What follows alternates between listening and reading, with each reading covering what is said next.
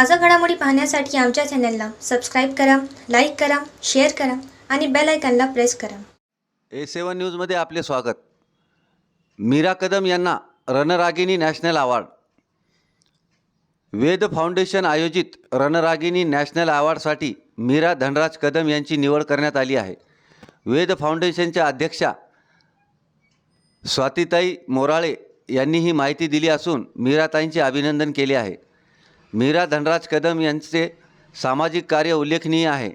आत्महत्याग्रस्त शेतकरी कुटुंबातील मुले, ऊसतोड कामगारांची मुले तसेच निराधार मुले यांच्यासाठी त्या सेवा सदन नावाचे वसतिगृह चालवतात. स्वतः दिव्यांग असूनसुद्धा इतरांना जगण्याची प्रेरणा देतात. 70 निराधार लेकरांच्या त्या हक्काच्या आई बनल्या आहेत. त्यांच्या या कार्यात त्यांचे पती धनराज कदम यांचाही मोलाचा वाटा आहे. मीराताई या जिल्हा परिषद प्राथमिक शाळा अंतुलेनगर येथे शिक्षिका म्हणून कार्यरत आहेत. 1500पेक्षा अधिक गावात जाऊन त्यांनी प्रबोधनाचे काम केले आहे. त्यांना आजपर्यंत 200पेक्षा जास्त पुरस्काराने सन्मानित करण्यात आले आहे. विविध न्यूज चॅनल तसेच वृत्तपत्रे यांनी त्यांच्या कार्याची दखल घेतली आहे.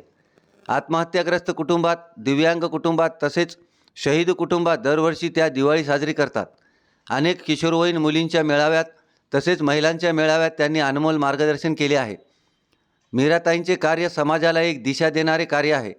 त्यांच्या या सर्व सामाजिक कार्याचा गौरव म्हणून त्यांना 8 मार्च 2024 रोजी रणरागिणी नॅशनल अवॉर्डने सन्मानित करण्यात येणार आहे.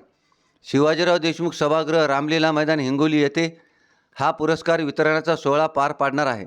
मीरा धनराज कदम यांनी वेद फाउंडेशनचे आभार व्यक्त केले आहेत. A7 न्यूजसाठी अनिस अहमद, हिंगोली.